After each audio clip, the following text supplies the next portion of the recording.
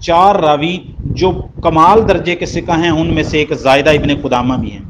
اب یہ جو لفظ ہے نا یحرک کے، یعنی پچھلی جو روایتیں ہیں سیدنا عبداللہ ابن عمر کی، سیدنا عبداللہ ابن زبیر کی، جو آپ کو 3 روایات سنائیں، ان میں یہ لفظ تو ہیں کہ نبی صلی اللہ علیہ وسلم اپنی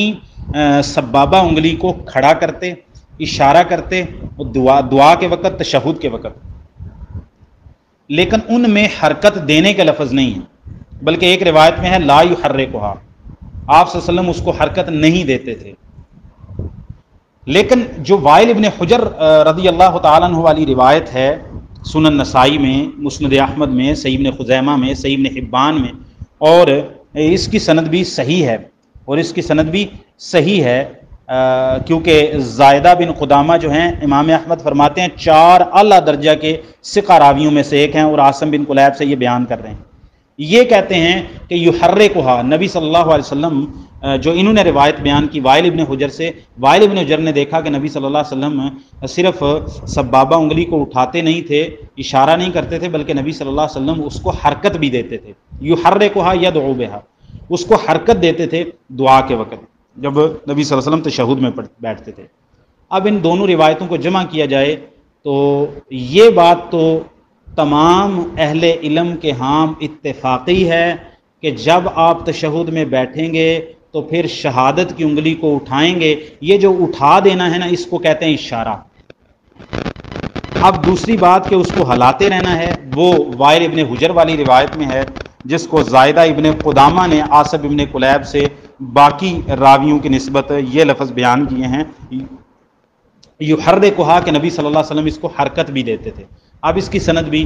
صحیح ہے، زائدہ ابن قدامہ ثقہ راوی ہیں، اعلیٰ درجے کے ثقہ راوی ہیں، تو اس روایت کو لیا جائے۔ جو باقیوں نے حرکت دینے کا ذکر نہیں کیا، صرف اشارے کا ذکر کیا، زائدہ ابن قدامہ نے حرکت کا بھی ذکر کیا ہے، تو لہٰذا اشارہ کرنا اتفاقی ہے۔ آپ اشارہ کر دیں تو انشاءاللہ کافی۔ اشارہ سے مراد کیا ہے کہ انگلی کو اٹھا دینا، جب تشہد میں بیٹھنا تو شہادت کی انگلی کو اٹھا دینا، یہ اٹھا دیا تو یہ اشارہ ہو گیا۔ اب حرکت دینے کے الفاظ زائدہ ابن قدامہ نے بیان کیے ہیں اور اس کی بھی سند صحیح ہے، لہٰذا اگر حرکت دیتے ہیں تب بھی جائز ہے۔ بعض علماء نے جیسے کہ امام بہقی رحمہ اللہ نے یہ معنی کیا ہے حرکت دینے کا، باقی روایات میں لفظ ہیں اشارہ کے، صرف اشارہ یعنی انگلی کو کھڑا کرنا۔ اس روایت میں لفظ ہیں وائل ابن حجر والی میں کہ حرکت بھی دیتے تھے۔ امام بہقی کہتے ہیں کہ اس کا معنی یہ ہے، بلکہ میں آپ کو پڑھ کے سناتا ہوں امام بہقی نے کیا کہا ہے، یحتمل ان یکون المراد بالتحریک الاشارۃ بہا، کہتے ہیں کہ یہ جو زائدہ ابن قدامہ کی روایت میں وائل ابن حجر والی روایت میں آیا ہے رضی اللہ تعالیٰ عنہ کہ یحتمل، یہ روایت محتمل ہے کہ اس کا معنی یہ ہو بالتحریک، ان یکون المراد بالتحریک، حرکت دینے سے مراد یہاں الاشارۃ بہا، صرف اشارہ کرنا ہی ہے۔ یعنی جب آپ تشہد میں نبی صلی اللہ علیہ وسلم بیٹھتے تو آپ صلی اللہ علیہ وسلم انگلی کو اوپر کھڑا کرتے تو یہ حرکت ہو گئی نا، تو کہتے ہیں یہاں حرکت سے مراد بھی اشارہ ہی ہے، ولا تقریر و تحریکھا، اس سے مراد انگلی کو بار بار حرکت دینا نہیں ہے۔ فیکون موافقا لروایت الزبیر، تو یہ زبیر کی روایت کے موافق ہو جائے گی، یہ امام بیہقی نے معنی بیان کیا ہے۔ تو امام بیہقی نے تو یہ کہہ دیا نا کہ جس میں حرکت کے لفظ ہے نا، اس حرکت سے مراد بھی اشارہ ہی ہے، یعنی ایک دفعہ کھڑا کرنا، تو لہٰذا اشارہ کر دینا، انگلی کو کھڑا کر دینا، یہ اتفاقی ہے، تمام روایات میں موجود ہے۔ ایک روایت میں حرکت کے لفظ آتے ہیں، اگر اس کو حرکت وہ سند اس کی صحیح ہے تو لہٰذا اگر حرکت دی بھی جائے تو انشاءاللہ اس میں کوئی حرج نہیں ہے۔ اور اگر امام بیہقی رحمہ اللہ والا معنی لیا جائے تو وہ کہتے ہیں یہاں حرکت سے مراد بھی اشارہ ہی ہے، بار بار انگلی کو ہلانا نہیں ہے، تو پھر بھی انشاءاللہ اس میں کوئی حرج نہیں ہے۔ بہرحال اشارہ کافی ہے، حرکت دیتے ہیں تو اس روایت کی وجہ سے، اس کے ظاہر معنی کی وجہ سے جائز ہے، ناجائز نہیں ہوگا یا سنت کے خلاف نہیں ہوگا، واللہ اعلم۔ دوسری بات جو آپ نے کی کہ اشہد اللہ الہ الا اللہ پہ جا کے انگلی جو ہے نا اشہادوں پہ کھڑی کرنی ہے، اور اللہ پہ نیچے کر لینی ہے، یہ کسی صحیح حدیث سے ثابت نہیں ہے، کسی صحیح حدیث سے ثابت نہیں ہے۔ نبی صلی اللہ علیہ وسلم سے تشہد کے جتنے رسول اللہ صلی اللہ علیہ وسلم سے جتنے صحابہ نے تشہد بیان کیا ہے، کسی ایک صحابی نے بھی یہ بیان نہیں کیا کہ نبی صلی اللہ علیہ وسلم اشہادوں پہ انگلی کو کھڑا کرتے تھے اور نبی صلی اللہ علیہ وسلم الا اللہ پہ جو ہے وہ نیچے کر لیتے تھے۔ یہ ساری روایات صحیح مسلم کی، سنن ابی داؤد، نسائی، مسند احمد، اور میں نے ساری روایات تو آپ کے سامنے رکھی نہیں ہیں، تو کسی روایت میں بھی یہ لفظ نہیں ہے کہ نبی صلی اللہ علیہ وسلم اشہادوں پہ کھڑا کرتے تھے اور الا اللہ پہ نیچے کر لیتے تھے۔ یہ پتہ نہیں معنی کہاں سے سمجھ لیا گیا۔ اور بعض لوگوں نے کہا یدعو بہا، تو بھائی یدعو کا معنی اذا قعد فی التشہد، عبداللہ بن عمر نے تو کہا جب تشہد میں ہی بیٹھتے، تو ایک بندے کو میں نے سنا وہ بیان کر رہا تھا کہ یدعو کا مطلب جو ہے نا یہ شہادت دینا ہے، تو اس یدعو کے لفظ سے ثابت ہوتا ہے بھائی یدعو کے لفظ سے کسی بھی امام، کسی محدث، کسی فقیہ، کسی عالم، کسی شارح حدیث نے سلف میں سے خلف میں سے کسی نے یہ معنی نہیں لیا کہ یدعو کا معنی اشہادو ہے اور الا اللہ پہ اس کو۔ اگر اس کا معنی کہتے ہیں یدعو سے استدلال کر رہے ہیں تو بھائی دعائیں تو